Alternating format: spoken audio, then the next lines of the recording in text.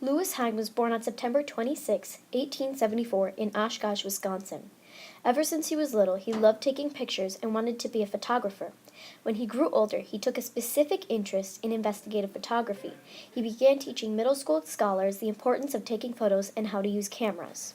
One day, he was approached by a man who was in the Child Labor Committee, the CLC, and he explained what was going on and how he could help using his photographic knowledge. He decided to join an attempt to spread the word about child labor. Back then, only the parents of the children and the CLC knew what was going on.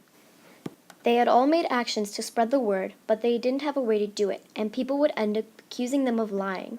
So Louis took action and started getting photos of the children entering and exiting the buildings in which they worked.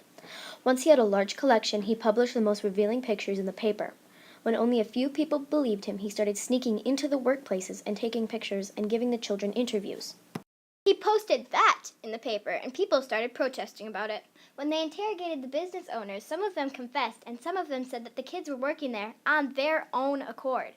The government said that they didn't know it was this bad.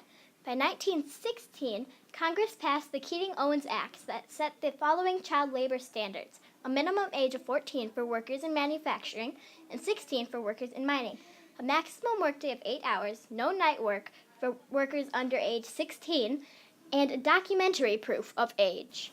Unfortunately, this law was later ruled unconstitutional on the ground that congressional power to help control interstate commerce did not reach to the conditions of labor.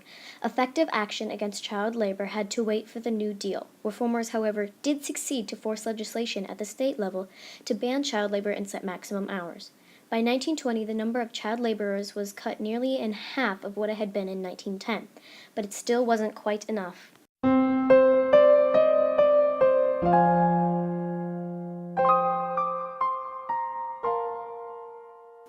Many children contracted deadly conditions and many died during work. One hospital said they had treated almost 1,000 children for wounds and mutilation from the big and dangerous machines they worked with in just 1 year. Many were, and I quote, abandoned for the moment that an accident occurs. Their wages are stopped. No medical attention is provided, and whatever the extent of the injury, no compensation is offered. And their employers would not even care a little. These factories and mines were polluted with many dust particles that would infect the lungs, making it hard to breathe. Others suffered life-altering diseases, and angry parents pressed charges against the business owners, yet many were denied, and the government stated that it was just high demand and not enough workers, so they went to the next option.